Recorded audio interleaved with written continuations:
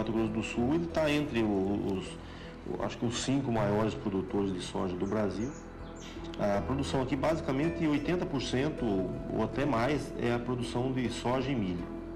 E hoje o produtor não tem nem coragem de transitar pela aldeia. Estão dando volta aí de 50 quilômetros de distância para vir até a cidade. Está bem acirrado, né, a situação entre os índios e produtores rurais. Se acontecer de decretar que é terra indígena, eu acho que aí vai se instalar uma guerra muito grande aqui.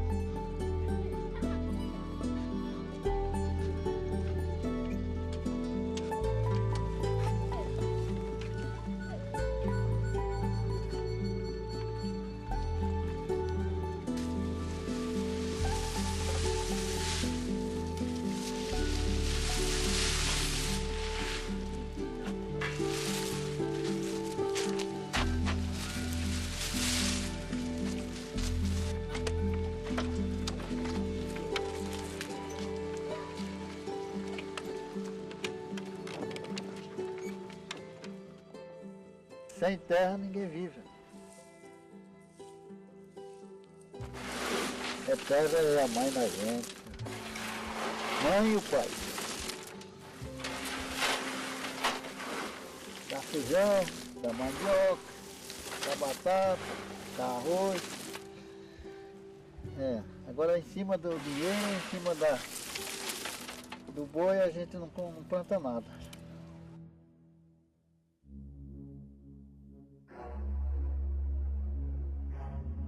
Os Guarani Kaiowá, o povo da mata, os habitantes do centro da terra, vivem aqui há mais de 1.200 anos.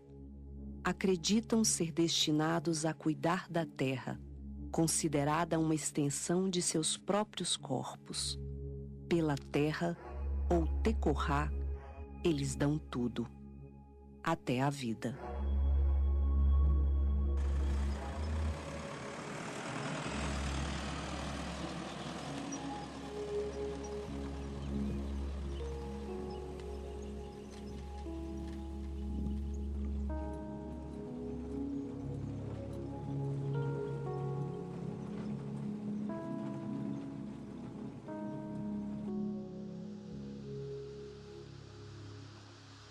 Eu nasci em Espumoso, Rio Grande do Sul. 6 de setembro de 1973 eu cheguei aqui. Um amigo meu lá começou a falar para nós vir para cá olhar. E eu não tinha muito interesse de vir, né? Aí viemos. Aí eu gostei do lugar aqui e compramos. Aqui quando eu vim era tudo cerrado, mato. Não tinha lavoura. Tinha uma casa velha. Não existia energia, né? A casa assim era tão velha que tinha umas frestas. Pregava as tábuas, senão entrava cachorro dentro de casa. Então eu tinha escritura legítima já. Aqui ninguém conhecia ainda. Hoje eu colho uns 170 mil sacos de soja. Agora é um ano bom, colhe mais de 200 mil sacos. Comecemos com nada, né? Mas tudo com trabalho, né? Sem trabalhar ninguém consegue, né?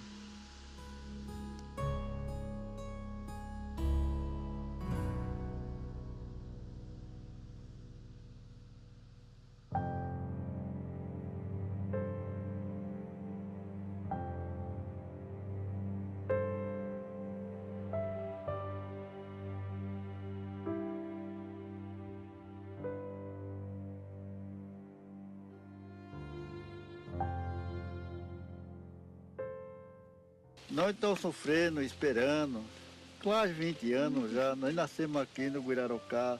Meu pai, minha mãe, meu sogro, tudo faleceu aqui, está tudo enterrado aqui no Guirarocá.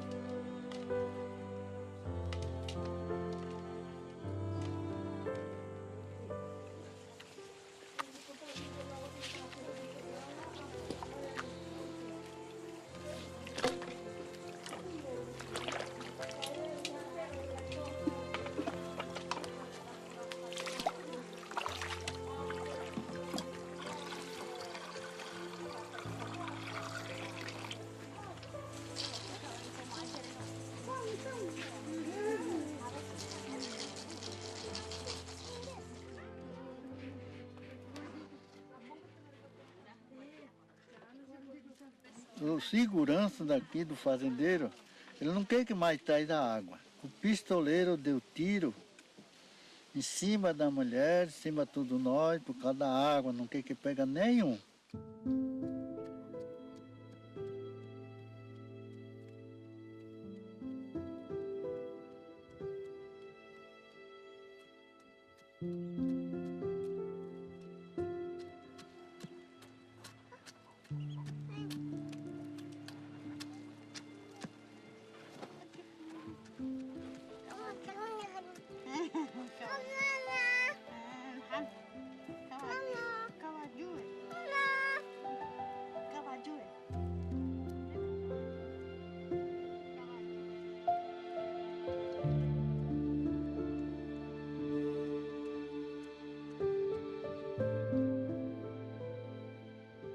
Então, essa aldeia Guirarocá, desde 1905 já é aldeia mesmo.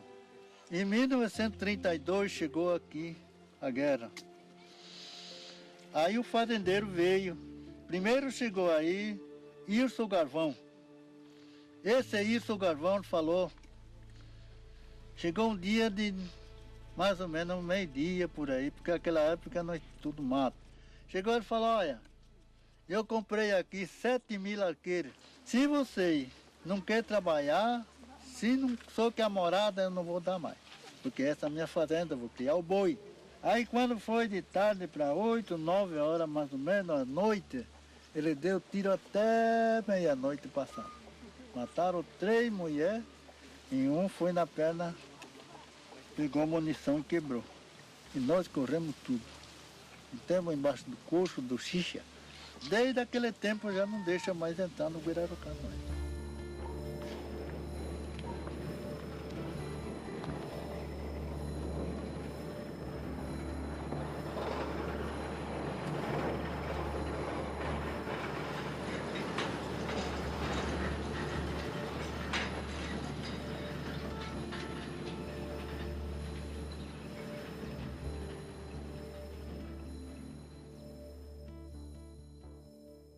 Mas chegamos num ponto que você vê invadindo propriedades e ninguém faz nada. A gente fica esperando a justiça, fica esperando que dê-se a reintegração de posse e nada. Aqui todas as terras foram tituladas pelo governo do estado, pelo governo federal, através de colonizadoras, através de várias empresas que vieram aqui para colonizar a terra. E em nenhum momento se falava em terra de índio aqui. Meu avô comprou essa terra em 1951. Pagou para o governo do estado, de Mato Grosso, para retirar documento. Eu nasci e criado ali. Triste. Você vê que tudo que você construiu não ter, acabar e ficar em nada. Você não tem mais nada na vida. que eu sou filho, na verdade, de pequeno produtor rural. Toda a vida eu tive vocação de trabalhar com a terra. Entra um, entra outro governo, entra governo, sai governo e não resolve nada. E eles invadem e fica por isso. Meu pai é o caçula da família. Nasceu naquela propriedade. Aí, quando o vô faleceu, foi dividido entre os herdeiros, né? Aí cada um ficou com o seu sítio. Aí o pai estava até esse acontecimento, morava lá. Nunca saiu, nunca morou na cidade, sempre viveu lá no sítio, trabalhando lá. É muito normal, se alguém invadir a tua casa, você não vai aceitar. Então, como que nós devemos aceitar pacificamente que uma pessoa invade uma propriedade? Viviam em matas, evitando o contato com o homem branco. Mas a vitória do Brasil na Guerra do Paraguai marca o fim do isolamento dos Guarani Kaiowás. O governo brasileiro decide colonizar a região de fronteira. Uma empresa de exploração de erva mate, a Mate Laranjeira, é autorizada a se instalar em Mato Grosso. Aí é onde eles começaram a tirar o povo do seu território. Quem queria sair, saía numa boa. Quem não queria sair, eles matavam. Aqui mesmo ali tem um cemitério ali que tinha uma casa de reza, pela história da minha avó, que quando ela contava assim, a gente chegava até chorar. Ali tem uma casa de reza que foi queimada com a família toda, dentro da casa de reza. Os Guarani Kaiowá são removidos à força e confinados em reservas. Muitos são jogados em caminhões e veem suas casas serem queimadas. Nas reservas, são obrigados a se comportar como os brancos. Começa em Mato Grosso do Sul a corrida pela ocupação das terras. Colonos chegam de todas as partes do país a convite do governo.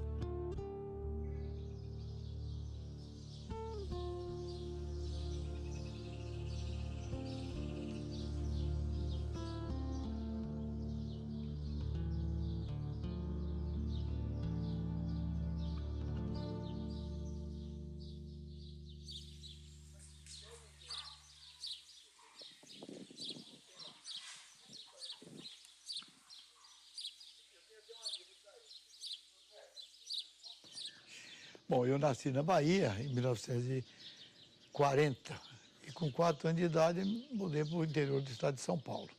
E lá permaneci até os 22 anos, casei e mudei para o Mato Grosso do Sul em 1962. Fui trabalhar, criar vaca, engordar boi, comprar boi por comissão, aí fui dirigir frigorífico e fui ganhando dinheiro e fui comprando um pedaço de terra hoje, um pedaço de terra amanhã. Então, o título aqui hoje, o total da propriedade é 5.200 e poucos hectares.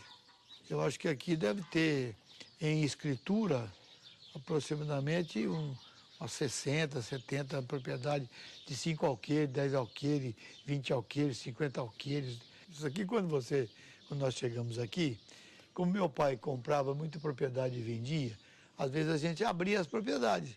E nós íamos nas reservas indígenas, conversava com o capitão, com o cacique, contratava os índios e metade dessas fazendas quem derrubou foram os próprios índios, recebendo salário dos produtores rurais, porque a mão de obra aqui naquela época era escassa. E a minha vida inteira foi mexendo com a terra e trabalhando no comércio, compra e venda de boi. Então para cá migrou muita gente, pernambucano, baiano, sergipano, paulista, mineiro, vieram para cá. Na colônia agrícola começou o desenvolvimento.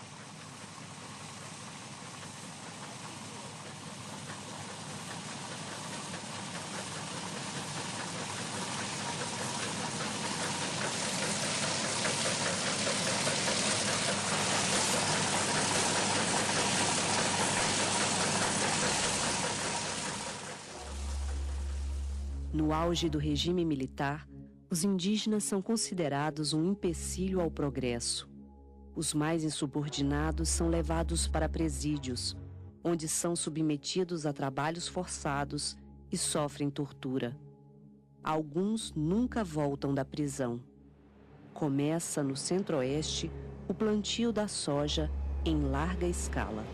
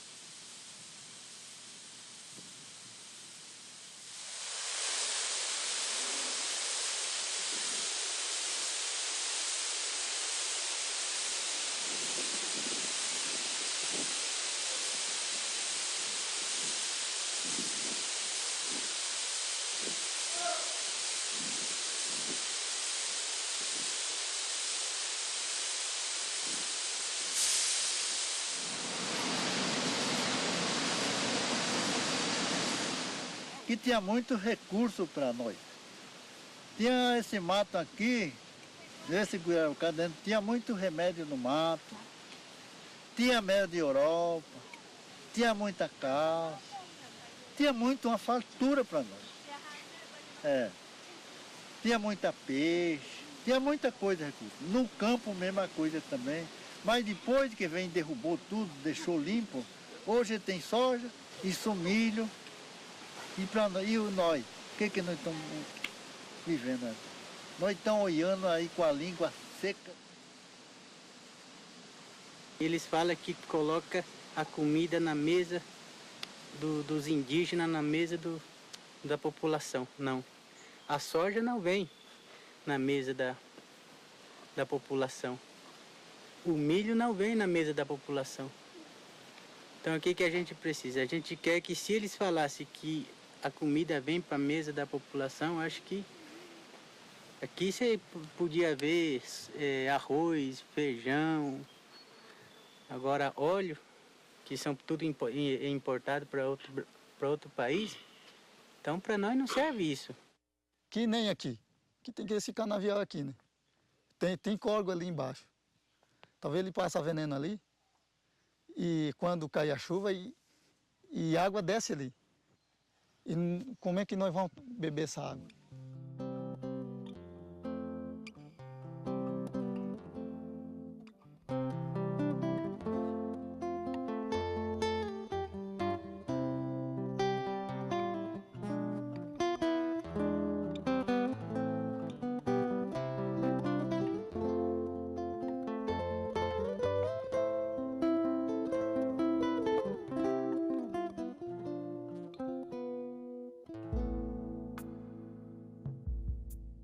A Constituição de 1988 traz o tempo do direito. Os Guarani Kaiowá iniciam o que eles chamam de processo de retomada, a luta pela demarcação dos territórios, ou o início das invasões, segundo os produtores rurais.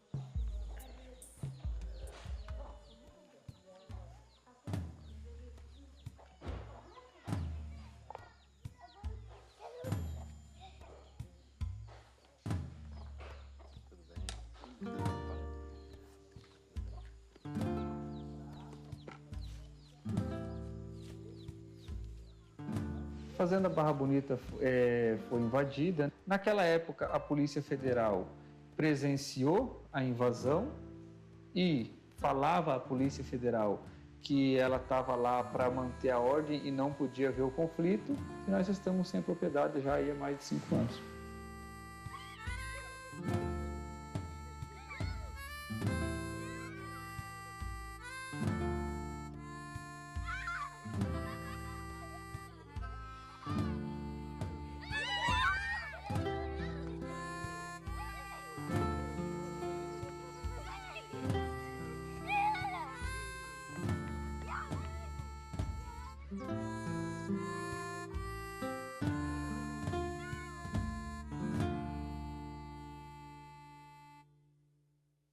Estamos aqui desde 2007, retornando aqui para ocupar, ou seja, usar de novo essa terra tradicionais nossa, a qual antes de 88, que muitos Guarani Kaiowá foram despejados daqui de Curuçuambá para reservas, né?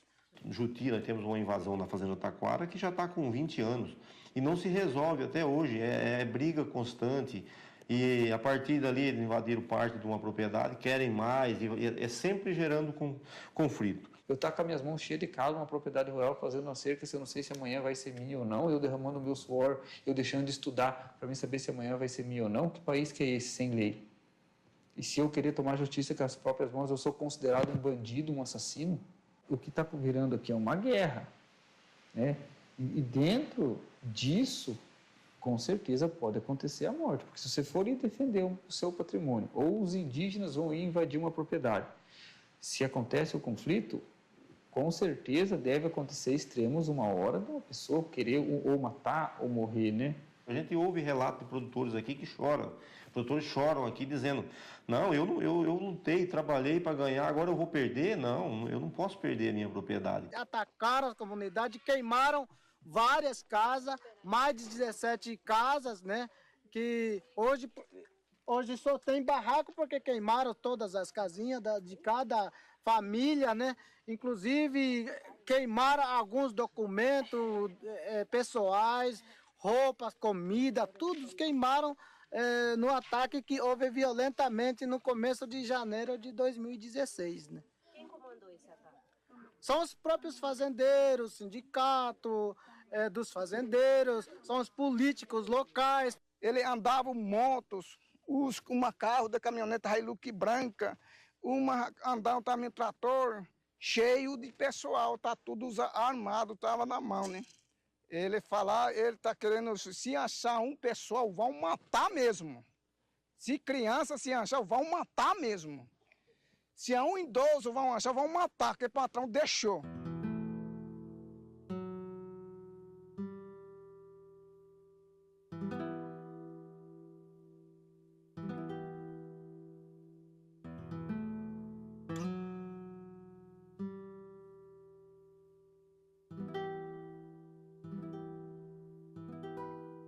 Naquele dia, no dia 14 de junho, a gente estava aqui numa reunião, né, reunião escolar, para a gente discutir a questão de evasão escolar, né, do aluno, a falta do aluno. A gente recebeu ligação para a gente vir dar apoio, porque vai chegar um grupo de reportagem, grupo federal, né, Polícia Federal, para estar gravando aqui. E aí a gente veio, assim, sem saber de nada, né? A gente veio diretamente aqui, mas na verdade não era nem reportagem, a gente foi surpreendido, né, pelo ataque.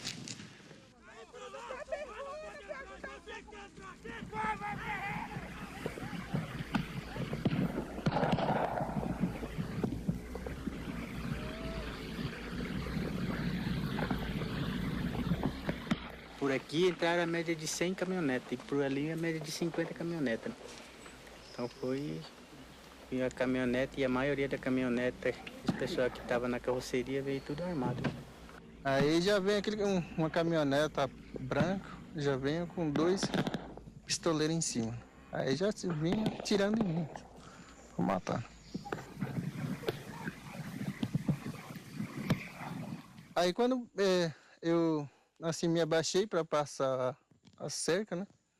Quando passei, levei um passo assim, eu olhei assim que meu irmão que estava ali. O Clodione, né? A gente correu para fechar, ele levou o tiro, né? Ele, na verdade, pro lado da aldeia. Aí o fazendeiro daqui, ele saiu por trás da pá, carregadeira, e deu tiro nele.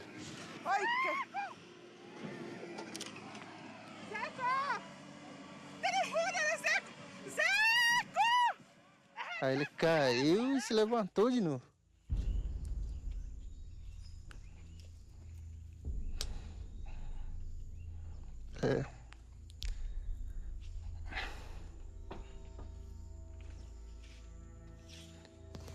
Então, aí levou 2 tiros, outro tiro, né, no abdômen. Aí ele caiu. Eu vou enterrar você!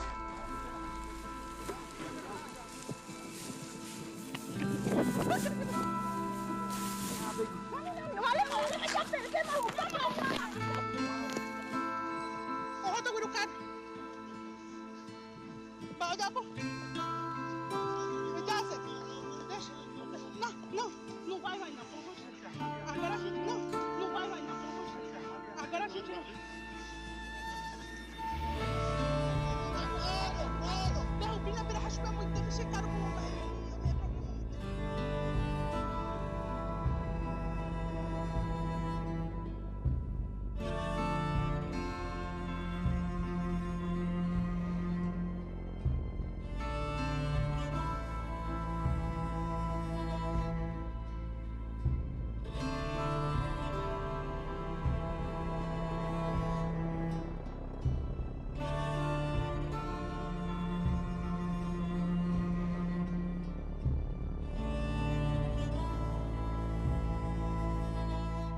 Foi um grupo de produtores, mais de 200 produtores que foram lá para tirar os índios da propriedade. E nessa atitude de tirar os índios houve um confronto. Agora, após esse confronto, aí sim os índios tomaram uma atitude que daí eles cometeram vários atos de violência.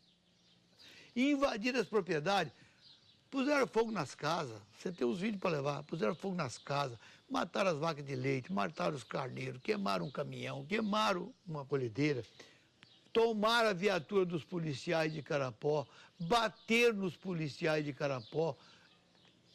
Quem que agrediu? Quem que criou o conflito?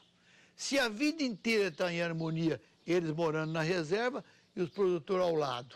Eles não estão entrando numa propriedade que é deles. Até então não é deles. Para ser dele tem que ser passado por um estudo antropológico, para ser homologado e tal. Aí seria outra situação.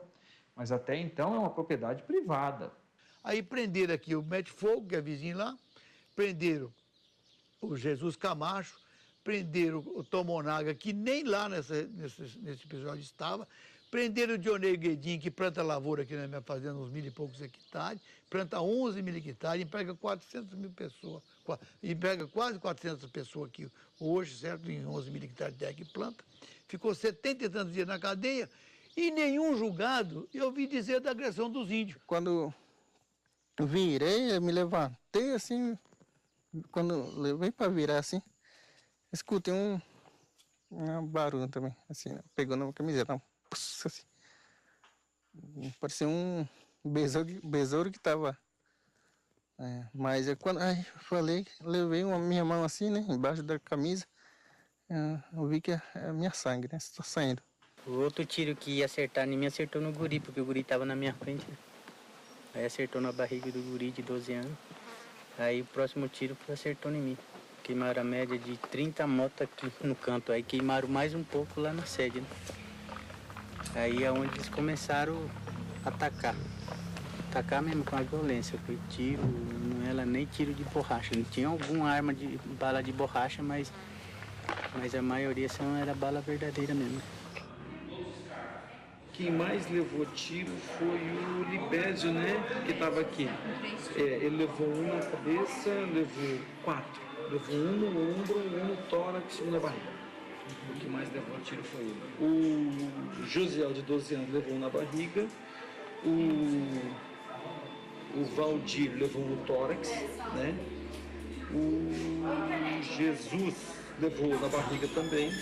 E o Norivaldo foi no tórax. A decisão do meu povo, nós vamos trazer o corpo e fazer o velório nessa fazenda, porque já tive...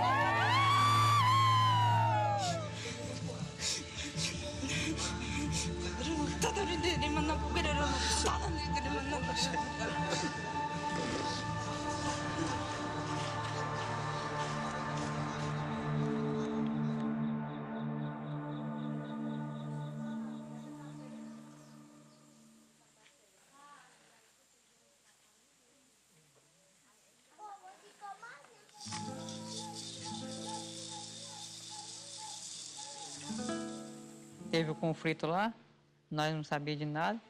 Aí isso foi numa terça. Na quarta-feira já adentraram o sítio da gente. Começaram a devastar tudo. Aí na sexta-feira que nós conseguimos chegar lá. Para recuperar o que tinha de recuperar. Não tinha mais nada. Aí foi só aquele dia também que nós fomos lá. Nos escutaram pela Força Nacional. Tinha de tudo. O que se pensar numa casa tinha. Geladeira, forno elétrico, freezer, TV, som, jogo de quarto novo que minhas gurias tinham comprado, jogo de quarto novo para nós eu tinha comprado, ou eu tinha montado uma cozinha nova para nós também. Tinha tudo que você pensar, eles levaram tudo. Difícil, né? Porque eu fiquei desempregado, de repente você tinha uma renda, um trabalho e de repente você fica sem nada, do dia para a noite. A minha filha parou de fazer faculdade, porque eu não tive mais condições de pagar a escola para ela. E o ensino vai voltar um ano letivo de novo e ela provavelmente não vai voltar para a faculdade, porque não tem condições. Fomos no sítio do meu pai. Quando chegamos lá, até não gosto de falar porque é tristeza você chegar numa casa da sua mãe e você ser escoltado para entrar dentro da casa da sua mãe, não achar nada. Suas fotos de criança queimadas na porta da sala. Você andava naquele passo, só via sangue, pau, do que eles machucando os animais. É muita tristeza, muita tristeza. A vontade é sair do Carapó e ir para outro lugar, começar uma nova vida.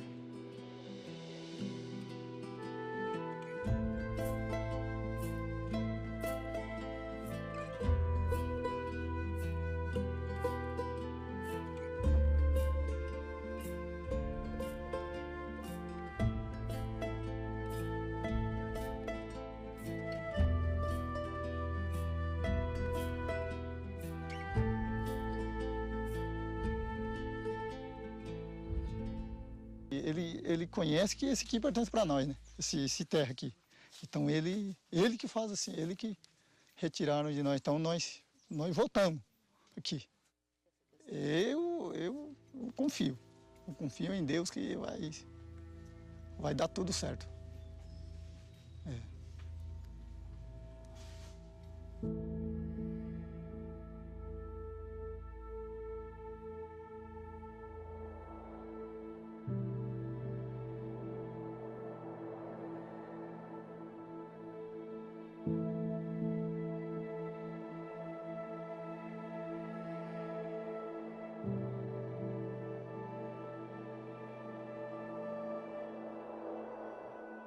Essa semana passada, a enfermeira, a CESAI, eles pesaram as crianças, todo desnutrido. As crianças estão morrendo de desnutrição porque não tem comida, né? E não tem água potável. As comunidades, as crianças, todo mundo bebe numa água suja. A qualidade da água que a gente consumimos é desse tipo aqui, essa água aqui. A maioria as famílias consomem porque a água, o rio fica muito longe daqui, quase 2 quilômetros, né? A gente passando o nosso limite para lá, para cá e para lá, a gente corre o risco de as mulheres não vai porque tem medo de estupro. Hoje a consequência é o que está acontecendo. Essas crianças estão morrendo de fome enquanto os bois, né, estão engordando cada vez mais, né, enquanto as crianças estão aqui morrendo de fome.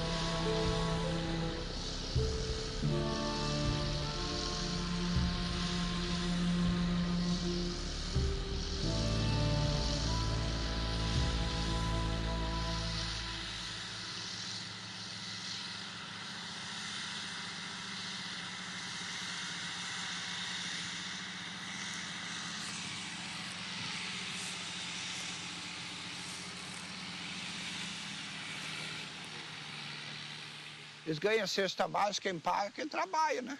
Isso não tem nem dúvida, né? Se eles fossem trabalhar, que nem a lavoura, plantar essa lavoura ali para eles poderem comer, plante nada. Eles ganham tudo cesta básica. Então, o índio está só para incomodar. Que do governo, então, dar assistência e ensinar eles a trabalhar, né? Não sei por que apoiar esses vagabundos, eu não sei. Não estão vendo ali que não produz, né? Diz que nos Estados Unidos mataram todos os índios, né? Se o povo fala, não sei, né? Então precisa matar, mas educar eles, ó, tu tem que trabalhar, né? É só educar, né, ué? Eles são uns homens que nem nós. Me contou um vendedor de veneno esses dias que tem um índio inteligente que está plantando lavoura para ele, né? Naquelas terras dos índios. Ele dá uma rendinha para os índios, que é terra de cultura. O índio tem carro novo, tem tudo, uns índios mais inteligentes, né? Assim me contou o dono do veneno. Ele está acontecendo, é verdade. Compra o veneno dele para passar no lavoura.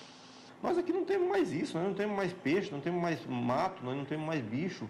O índio tem que viver com o produto, a produção que nós temos aqui é diferente. Eu acho que o índio tem que estar produzindo na aldeia, produzindo o mesmo que nós produzimos também, é soja, milho. Nós temos aqui índios que trabalham na usina, nós temos uma usina de cana, temos praticamente 400 índios trabalhando na usina. Vai conversar com esses índios e vai ver o que eles querem. Eles querem casa, eles querem celular, eles querem carro, querem moto, eles querem viver na sociedade. Eu acho que resolver a solução dos nossos índios, que a situação, seria trazer o índio para a sociedade e o índio ser considerado um cidadão, como é um cidadão. Eu considero o índio como um cidadão.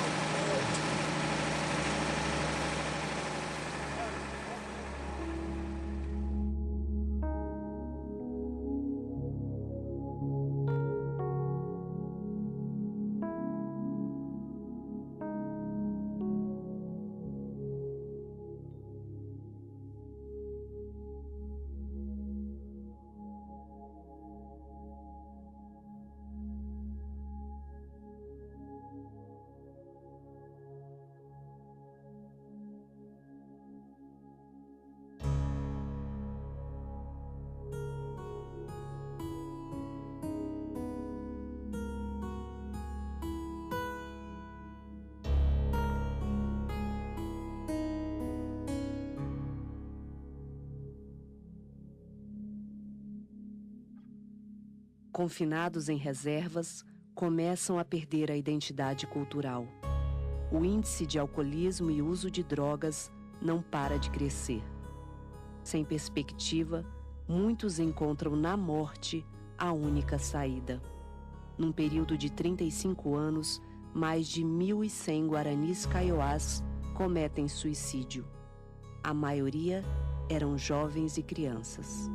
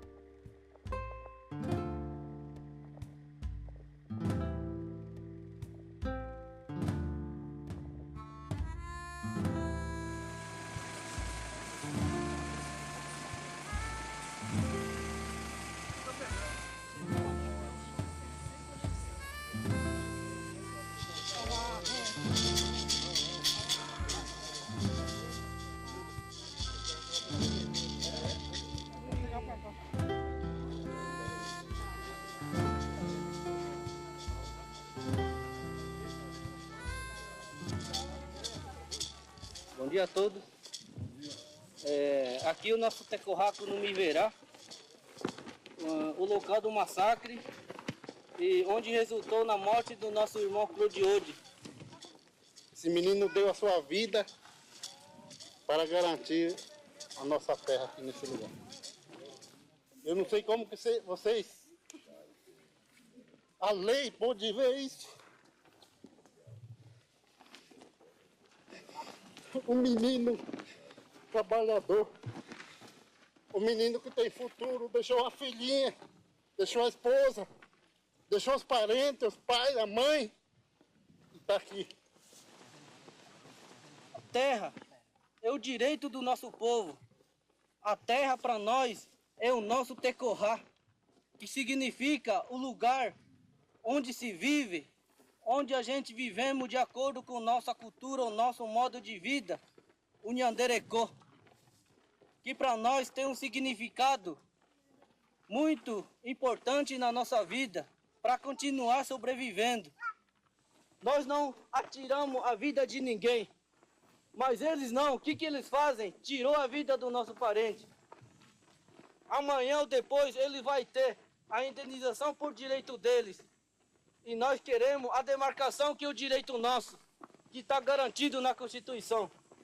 A lei não fala a garantia de terra para o povo indígena. A lei não fala a organização do povo, a garantia da organização do povo indígena.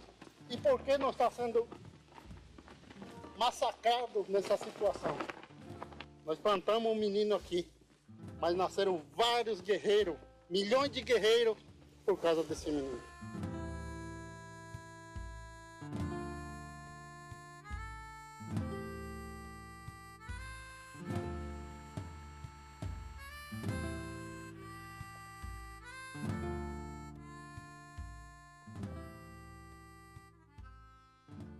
O que o governo tem que fazer, necessariamente, é fazer um processo de reparação, né, a essas comunidades, ou seja, devolvê-las aos seus territórios de origem que eles nunca deixaram de reivindicar. Eu acredito que uma das soluções seria, com certeza, a indenização. Né? A essas terras tituladas de boa-fé, a indenização. Acaba o problema. Agora, é muito cômodo para o governo fazer cortesia com o chapéu dos outros. Né? Não, vamos tomar desse, vamos dar para esse e pronto, acabou a história. Dá cada um que é seu. Os indígenas têm direito à terra e aquelas pessoas que foram, de forma legítima, receberam títulos legítimos do governo estadual ou federal, eles têm direito à reparação.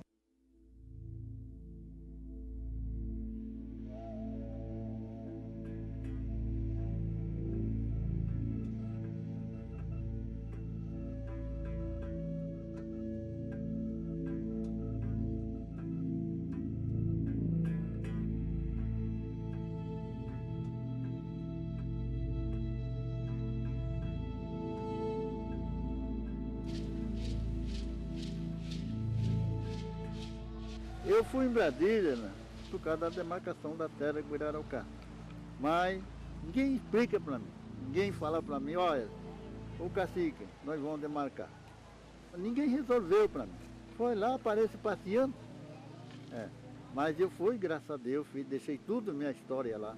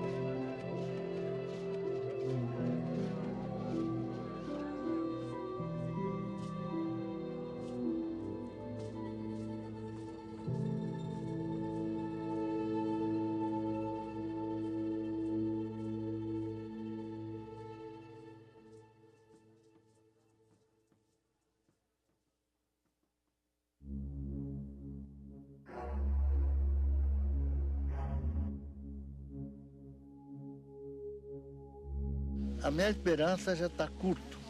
Parece uma criança chorando, pedindo para o governo, Senado, ministro, a justiça, nenhum não resolveu.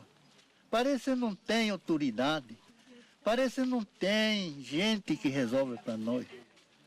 A situação nossa é de total abandono por parte do Estado, né? Por parte do governo federal ou por parte do governo estadual, por parte do Ministério da Justiça, é de total abandono, porque não tem uma resolução nem para os indígenas, nem para os produtores. Chegaram até a mais alta corte do país para pedir a demarcação das terras. E lá, os Guarani Kaiowá ouviram o que não podiam fazer: provar que ocupavam seus territórios até 5 de outubro de 1988, data da promulgação da Constituição. Conheceram ali a tese do marco temporal.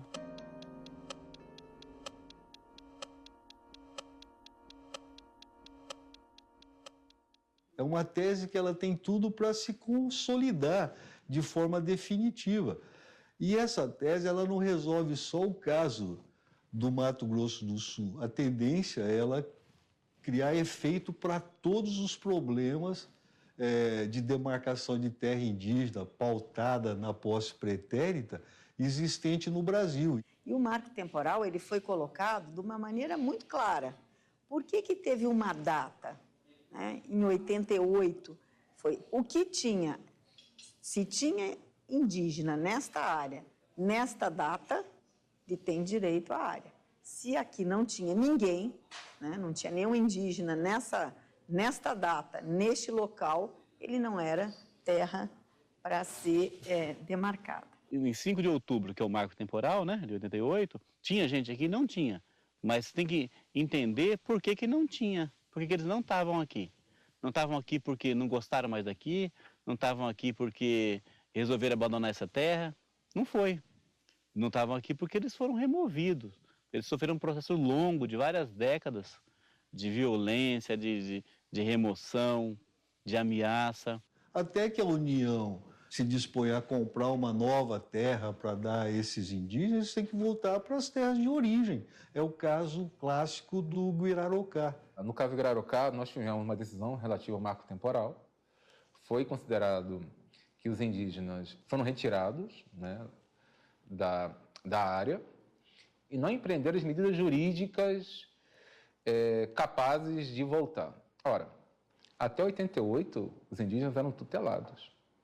O SPI, até 67, tinha um regulamento que punia com remoção aqueles índios que eram julgados por mau procedimento. Então, como uma pessoa que era disciplinada dessa forma podia, de alguma forma, perseguir qualquer tipo de direito na justiça? O Poder Judiciário será compelido a emitir uma ordem de despejar aquelas pessoas daquela área que não pertence ao ente público, não pertence à União Federal. Só falta agora o juiz dar a ordem para despejar. O resto nós já ganhamos tudo, né? Gastamos muito dinheiro com isso, todo mundo gastou. Graças a Deus, nós conseguimos uma decisão, né? Duro quem gasta e não consegue nada, né?